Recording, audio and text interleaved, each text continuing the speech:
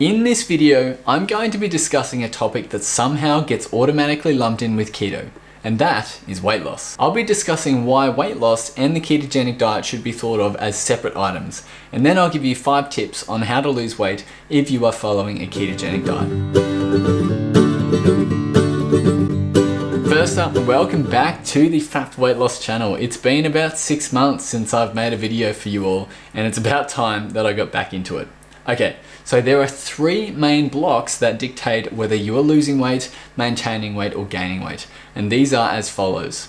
Number 1 is your energy balance, which is how much energy you are consuming, how much energy your body is using through exercise or non-exercise activity thermogenesis, otherwise known as NEAT, and metabolic functions. 2, macronutrient balance, which is how much of that energy balance is sourced from fat, protein, and carbohydrates. And number 3, micronutrient balance, which is the amount of vitamins, minerals, amino acids, and to a certain extent antioxidants and hormones inside those macronutrients, which ultimately comprise of what your body does with that energy. Okay, so how does this apply to weight loss? Well, for instance, you might be trying to lose weight and you're sticking to the 20 grams of carbs per day.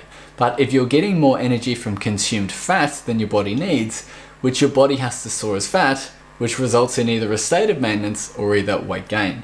Or put it another way, if you're consuming foods that are low in net carbs, but they have nowhere near enough nutritional density to give your body adequate amounts of vitamins and minerals, this diet puts the brakes on your metabolism and decreases your energy levels, and puts you on track for micronutrient deficiencies, which eventually rear their head as health conditions. I truly believe that if your diet is breaking those 3 rules, energy balance, macronutrient balance, and micronutrient balance, it doesn't matter how much or how little you're eating, your body will not let go of precious fats, especially if you are chronically cutting calories or excessively fasting. So back when I was running half marathons and full marathons in 2017, 2018, I went and had a DEXA scan.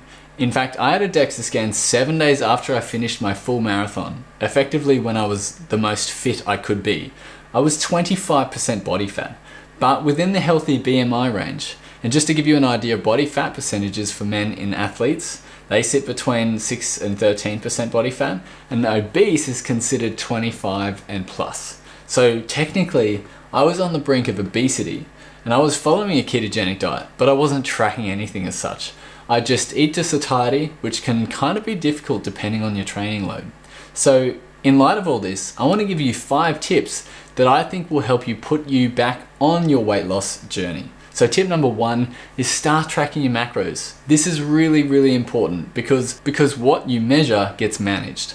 Jump over to my website and click on the macro calculator in the menu, put in your details, and then enter those macros into a tracking app. My favorite is using Cronometer, and start tracking your food. If you've been limiting your food intake recently, your metabolic rate may be even lower than what that macro calculator is telling you, in which case you can work with a nutritional specialist like myself to help you figure that out and what to do from there. So tip number 2, start exercising, or at least start moving your body in some way. It doesn't have to be much. I always recommend starting with 10,000 steps, or if you don't have a way to track this, simply just get 30 minutes of exercise every day. The key to success here is consistency. If you're already doing this, but you want to do more, look into working with a personal trainer in your area to get specific results for your body type. Tip number 3, start tracking your micronutrients. I suggest using Cronometer because all the foods that you track as part of your macros come from a database of nutrition that comes with micronutrient values as well.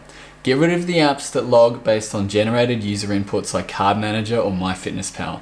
You are only seeing half of the picture. First, try to hit the RDAs, which for something like vitamin C will help prevent you from getting scurvy, but won't be optimal for your personal needs. You can speak to a nutritional specialist who knows about dietary supplements and macronutrients like myself, and we can get working together to get you thriving, not just surviving. Tip number 4. Stop worrying about fasting, meal timing, food lists, and things you can and cannot eat. While this information can be helpful, if you haven't got the 3 blocks, energy balance, macronutrient balance, and micronutrient balance, it doesn't matter. I don't fast all that often, but some people fast every day. Do what works for you, but don't stress about fasting if it doesn't suit you. I see a lot of clients who are eating 2 meals a day religiously, but are severely under eating protein and not getting anywhere near the recommended daily intake of nutrients, which is a recipe for disaster. And tip number 5, make it consistent. Don't jump into a ketogenic lifestyle with the idea that this diet will miraculously help you lose weight. Yes, some people have a lot of success cutting out particular things, but don't do everything all at once. I want you to come into a keto lifestyle with the idea that eating a healthy diet is going to be a year-long process. If you decide to make radical changes, just ask yourself whether you'll be able to do this consistently for the next 6 months.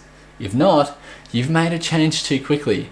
Radical fasting, severely under-eating, excessive exercise, and laxative pills are all considered crash dieting, and if left unchecked can lead to bigger problems down the track. So, I hope those tips have helped you reconsider what weight loss is and how it applies to the ketogenic diet.